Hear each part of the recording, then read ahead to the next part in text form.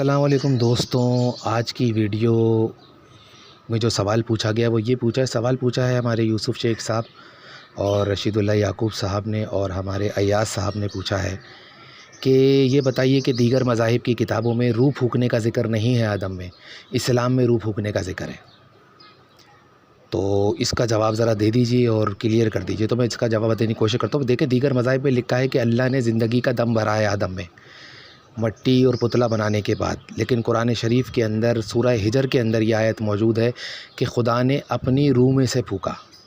قرآن میں اس طرح موجود ہے، تو یہ تھوڑا سا تضاد آتا ہے دیگر مذاہب اور مسلمانوں کے درمیان، لیکن وہ آیت قرآن میں اپنی جگہ موجود ہے کہ اللہ تبارک و تعالیٰ کی روح جو ہے وہ جنبش کر رہی ہے پانی پہ اور اپنی روح میں سے ہی پھونک دیا، تو پتہ یہ چلتا ہے کہ یہ خدا کی کوئی رجسٹرڈ روح ہے جو پانیوں پہ جنبش کر رہی ہے، اور اس کو حاصل کرنے کی کوئی کوشش کرے گا تو وہ قانوناً مجرم بھی ہو سکتا ہے۔ یہ بات بھی قرآن سے ظاہر ہو رہی ہے، اور اسی وجہ سے اس بات کو دیگر مذاہب میں ایسے لگا کہ زندگی کا دم بھرا۔ بھائی زندگی کا دم بھرا تو زندگی کے پیچھے روحانی کیفیت بھی تو ہے۔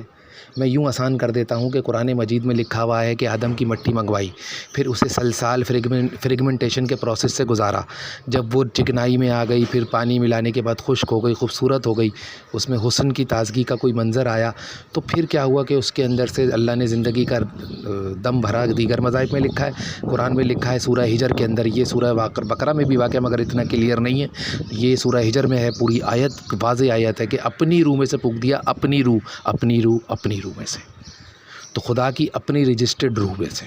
تو یہ اندازہ ہو جاتا ہے کہ جو یہ آیت ہے کہ خدا کی روح پانیوں پہ جنبش کر رہی ہے، یہ خدا کی طرف ہی رجسٹرڈ ہے، لیکن اگر اسے کوئی حاصل کرنے کی کوشش کرے گا تو قانوناً مجرم ہو جائے گا اور خدا کی ملکیت میں چوری کا یا کسی طریقے کی کوئی بدنیتی کا ملزم بھی ہو جائے گا۔ تو اب سوال یہ پیدا ہوتا ہے، میں یہ پوچھنا چاہتا ہوں اپنے تمام دیگر مذاہب کے بھائیوں سے، کیونکہ وہ بھی ہمارے بھائی ہیں، ہم بھی ان کے بھائی ہیں۔ دیکھو بھائی، سلسال اور فریگمنٹیشن کا جو پروسیس تھا جس میں محبت کے قابل کیا کسی چیز کو، مٹی کو، تو پھر یہ بتائیے کیا یہ زندگی کا دم بھرنے تک ہی محدود تھا یا کسی جوڑ کے لیے بھی تھا؟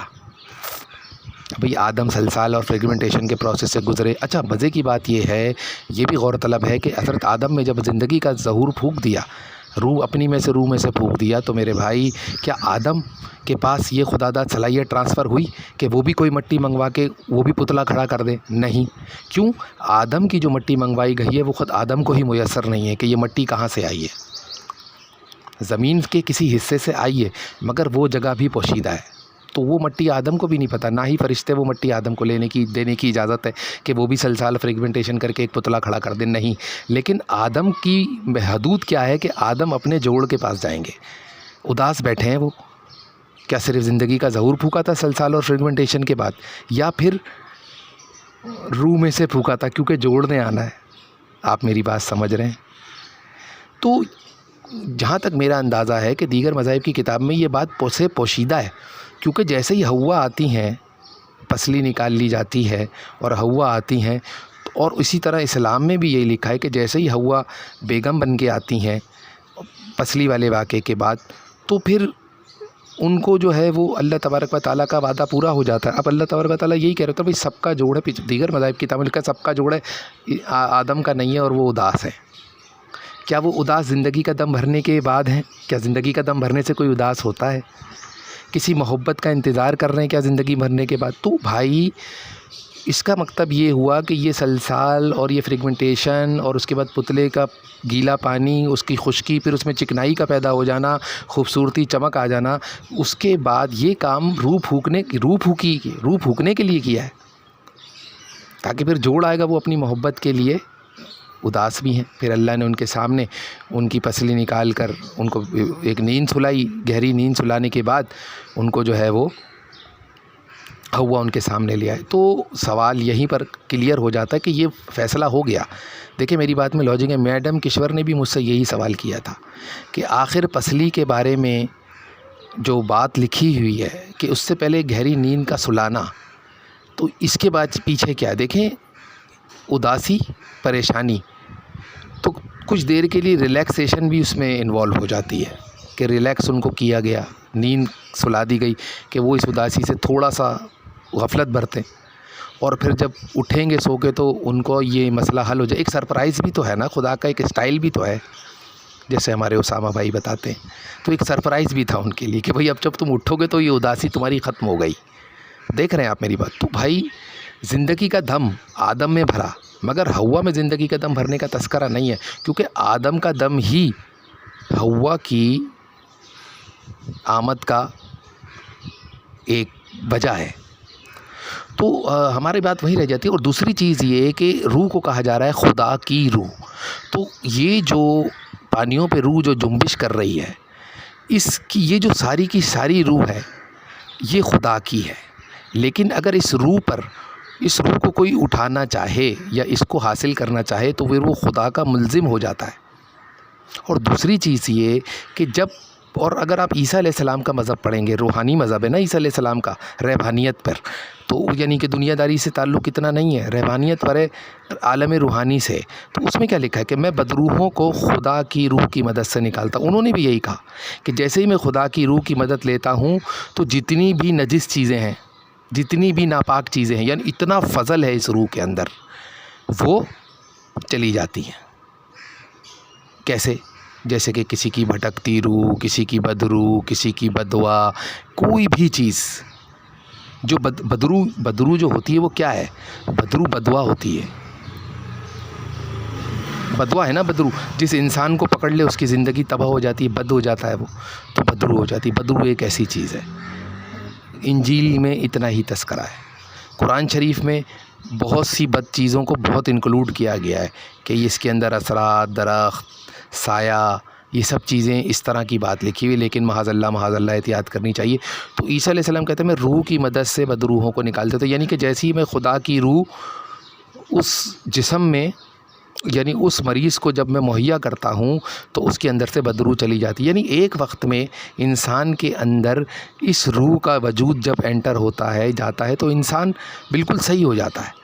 تو وہی تذکرہ اس میں آ رہا ہے کہ حضرت آدم کی اداسی مکمل ختم ہو گئی.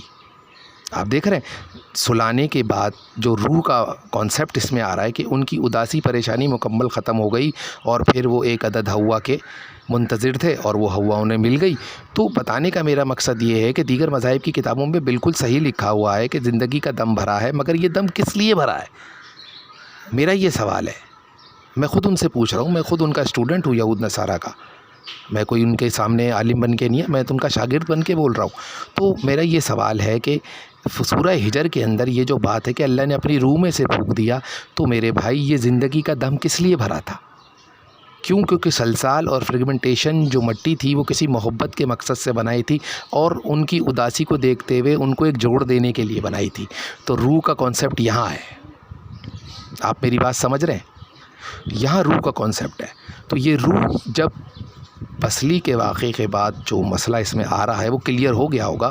تو میرا بتانے کا مقصد، اور دوسری بات یہ بھی پوچھی تھی مجھ سے ہمارے میڈم کشور صاحبہ نے پوچھی تھی کہ یہ روح جو لکھا ہے خدا کی روح، تو یہ کیا پوری کی پوری ہی خدا کی روح ہے یا اس میں کسی اور کا بھی حصہ ہے؟ دیکھیے اس پوری کی پوری روح کے اندر کانسیپٹ یہ آ رہا ہے کہ اس میں ساری روح خدا ہی کی ہے، مگر اس میں سے کچھ روح غیر خدا بھی ہو گئی ہے. یہ بھی کانسیپٹ آ رہا ہے. یہ بھی کانسیپٹ آ رہا ہے. دیگر مذاہب میں بات ملتی ہے، کیونکہ ہوتا یہ ہے کہ انسان جو اللہ کا جو فضل ہے وہ پوری طرح ابھی سارے انسانوں پر نہیں ہے. کوئی پریشان ہے، کوئی بہت خوش ہے نا. تو کسی کے پاس یہ فضل ہے، کسی کے پاس نہیں ہے. آپ میری بات سمجھ رہے ہیں؟ اور جس کے پاس، ایسا بھی نہیں ہے کہ یہ فضل سب کے پاس اس طرح ہی تھا. فضل تو یہ سب کو ملنا تھا، لیکن کسی کے پاس ہے، کسی کے پاس نہیں ہے. کوئی بدروح سے پریشان ہے تو کوئی صحیح ہے، کوئی فضل سے خالی ہے، کوئی فضل سے بھرا ہوا ہے، کوئی بیمار ہے تو کوئی تندرست ہے یہ نا. تو یہ جو ہے اس روح کے اندر سے کچھ اس حصہ غیر روح بھی ہو گیا ہے، یعنی غیر خدا بھی ہو گیا ہے. آپ سمجھ رہے؟ تو جیسے ہی ہم اللہ کی عبادت کرتے ہیں، نماز پڑھتے ہیں، تو یہ چیزیں ہماری صحیح ہوتی رہتی ہیں نا. عبادت کی چیزیں ہیں، آیات ہیں، پڑھنے کی چیزیں ہیں، تو یہ ہماری روح کو واپس فضل کی طرف لے کے جاتی ہیں. دیکھیے میرے بہت اچھے دوست شاہد صاحب، بہت بڑے عالم ہیں وہ، انہوں نے یہ بات لکھی اپنی کتاب کے اندر. کتاب کا نام ہے مکمل تفصیلات بامقام اطلاعات. کتاب کا نام کیا ہے؟ کتنا معقول نام ہے کہ مکمل تفصیلات بامقام اطلاعات.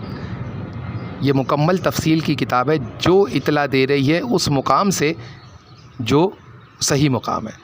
وہ یہ لکھتے ہیں ہمارے شاہد بھائی کہ دیکھیے جب آپ گناہ کرتے ہیں تو آپ اپنی روح پر دھبے ڈالتے ہیں، ٹھیک ہے، ان کا یہ عقیدہ ماننا ہے کہ ہم گناہ کرتے روح پہ دھبے ڈالتے، پھر ایک وقت ایسا آ جاتا ہے کہ روح داغدار ہو جاتی ہے، پھر اس روح کو دوبارہ سے فضل، اس روح کا جو فضل ہے وہ دعاؤں سے، عبادت سے، اللہ کی لو لگانے سے، نیک اعمال کرنے سے بحال ہوتا ہے، اور اللہ کوئی ایسی چیز بھیج دے کہ جو اس کو مکمل ہی فضل سے فیضیاب کر دے اور یہ دھبے مکمل ہی چلے جائیں اور روح دوبارہ سے پاک ہو جائے، یعنی کہ روحانی کیفیت پھر اللہ کی طرف رجوع ہو جائے، اللہ ہی کی روح ہو جسم میں۔ اب یہ دھبے وغیرہ یہ جو بھی ہمارے جسم پہ اعمالوں کی وجہ سے پڑتے ہیں روح کے اوپر، اور اس کے بعد جو روح کی کیفیت چینج ہوتی ہے، پھر وہ بد روح یا بد کردار یا بد عملی کا شکار ہو جاتی ہے انسان کی غلطیوں اور غفلت کی وجہ سے، تو وہ پھر غیر خدا بھی ہو جاتی ہے۔ تو یہیں پر اللہ تبارک و تعالیٰ، جیسے واقعہ نوح آپ سنتے ہیں کہ اللہ تبارک و تعالیٰ کہتے ہیں کہ بھائی اس کا دل برائی کی طرف مائل ہے، اور میں تو پھر زمین پر پانی کا سیلاب لے آؤں گا، اور کیا کیا جائے، خدا نے خود کہا۔ اور خدا بہت سی ایسی باتیں بھی لکھی جو میں بیان نہیں کرنا چاہتا، اللہ نے خود کہا نا کہ بھئی اس کا دل تو برائی کی طرف مائل ہے، یعنی یہ روحانی کیفیت یا روحانی جو سلسلہ ہے یا روحانی تعلق ہے وہ تو اس کی برائی کی کیفیت کی طرف مائل ہونے کی وجہ سے غیر خدائی ہو رہا ہے، یعنی خدا کا منکر ہو رہا ہے، یہ غیر خدا ہو رہا ہے۔ تو پھر میں کیا کروں، میں اس کو پانی میں بہا دوں گا، سیلاب آئے گا تاکہ مزید نقصان نہ ہو خدائی اثاثوں کا۔ تو یہ آپ کا آج کانسیپٹ کلیئر ہو گیا ہوگا۔ تو میڈم کشور جمی کا بہت اچھا سوال تھا کہ خدا کی روح مکمل ان کی ہے یا اس میں کچھ غیر خدائی حصہ بھی؟ یہ انسان جب گناہ کرتا ہے نا تو پھر یہ روح غیر خدائی بھی ہو جاتی ہے، منکرات میں آ جاتی ہے نا۔ انسان روح دیکھیں حامل روح اور گناہ کر رہا ہے، دیکھ رہے ہیں آپ یہ کیا معاملہ ہے؟ تو پھر اس میں روحانی دعائیں ہیں، روحانی عبادتیں، نمازیں پڑھ لیں آپ، روحانی عبادتیں کر لیں، روحانی دعائیں کر لیں، اس طرح کی چیزیں آپ اختیار کریں تو پھر یہ غیر خدائی روح بھی دوبارہ بحال ہو جاتی ہے، آپ کی روحانی کیفیت بحال ہو جاتی ہے۔ دیکھیں کسی چیز میں کسی چیز کی مقدار اگر کم کر دی جائے، گاڑی میں پیٹرول کی مقدار کم کر دی جائے تو کیا ہوگا، گاڑی کا پاور تھوڑا سا لو ہو جائے گا، میٹر کم لو شو کرے گا نا۔ اب کیا ہوگا کہ پھر کوئی آئے گا تو وہ اس کی سیٹنگ کرے گا، کچھ کرے گا، ہے نا۔ اسی طرح روح کی مقدار گناہوں کے دھبے پڑنے سے جب تھوڑی سی روح ڈیمیج ہو جائے آپ کی تو پھر آپ کی حسن پہ فرق پڑتا ہے، خوبصورتی پہ فرق پڑتا ہے، جسمانی طاقت پہ فرق پڑتا ہے۔ روحانی صحت بھی بہت ضروری ہے، تو روحانیت کے اندر بھی صحت ہے، جیسے جسمانی صحت ہے ایسے روحانی صحت بھی ہے۔ اچھا کچھ مذاہب میں یہ بھی ہے کہ بھئی روح جو ہے مکمل کالی بھی ہو جاتی ہے۔ اگر روح مکمل کالی ہو جاتی ہے تو پھر وہ ایک طریقے سے غیر انسانی کیفیت میں انسان چلا جاتا ہے، یعنی کہ چڑیل ہو گئی، جنات ہو گئے یا اس طرح کی چیزیں ہو گئی، یہ پھر بالکل ہی روح کالی ہو جاتی ہے۔ یہ تو پھر ایسا ہو جاتا ہے کہ یہ مکمل ہی غیر خدا ہے۔ پھر یہ کیا ہوگا کہ پھر یہ ان کا کچھ علاج ہوگا یا اللہ کی طرف سے جو معاملہ ہوگا وہی ہوگا۔ تو یہ تو ایک روح مکمل کالی ہو گئی، یہ ہے۔ اور اس طریقے سے وہ گناہ، اب اتنے گناہ تو کوئی کرتا نہیں کہ پوری کی روح ہی کالی ہو جائے، دبے ہی پڑتے ہیں، لیکن اس میں یہ بھی ہے کہ انسان کی کچھ ایسی بھی کیفیات ہیں انسانی جسموں کی جو ہم کتابوں میں پڑھتے ہیں، آصف وغیرہ کے اندر پڑھتے ہیں، تو وہ تو مکمل ہی ڈارک سول میں آتی ہے۔ اور جو وائٹ سول ہے، جو روشنی یعنی کہ لائٹ سول ہے، یعنی کہ جو نور ہے، تو وہ تو پھر انسانوں سے ہی میسر ہے ہمیں۔ باقی ڈارک سول کا کانسیپٹ یہ تو پھر بہت خطرناک ہو جاتا ہے، یہ تو بلیک میجک کی طرف ہمیں لے کے جاتا ہے ڈارک سول۔ تو یہ چیز ہے، تو یہ میں آج کے لیے اتنا ہی ہے۔ تو اسی قرآن میں تو ڈارک سول کے حوالے سے بالکل ہی منع فرما دیا ہے کہ یہ جادو ٹونا جو ہے، یعنی آپ جادو ٹونا کی طرف اگر جاتے ہیں تو پھر روح آپ کی کالی پڑ جائے گی اور پھر وہ آپ اللہ کے دربار سے تو باہر ہیں، کیونکہ آپ گناہ گار بھی ہو گئے۔ ایک تو آپ نے رجسٹرڈ روح کا غلط استعمال کر لیا، کیونکہ اس میں آپ اپنی روح ایسے موکلات کو فروخت کرنی پڑتی ہے کہ جو پھر اس کے عوض آپ کو کچھ طاقتیں عطا کرتے ہیں۔ وہ موکلات کی طاقت ہوتی ہے جو کہ کافی پریشانی کا باعث ہے اور انسانوں کو نقصان پہنچانے کی ہے، یعنی کہ غیر غیبی طاقتوں کے تھرو جو جادوئی ہے۔ تو آج کے لیے میں اتنا ہی لیکچر کلوز کروں گا۔ تو سارے سوالوں کا جواب مل گیا۔ تو جو سوال پوچھا تھا انہوں نے کہ یہ جو طریقہ کار آپ نے بتایا ہے کہ اس کے اندر جو ہے یہ کلیئر ہو گیا کہ روح پھونکنا اور زندگی کا دم بھرنا، دیکھیے میں دونوں فریقین کو ملانا چاہتا ہوں۔ ہم سارے یہود نصارہ مسلمان اگر ایک ہو جائے اور اس جھگڑے سے نکل جائیں تو بہت ہی آسان ہو جائے گا۔ تو بہت شکریہ۔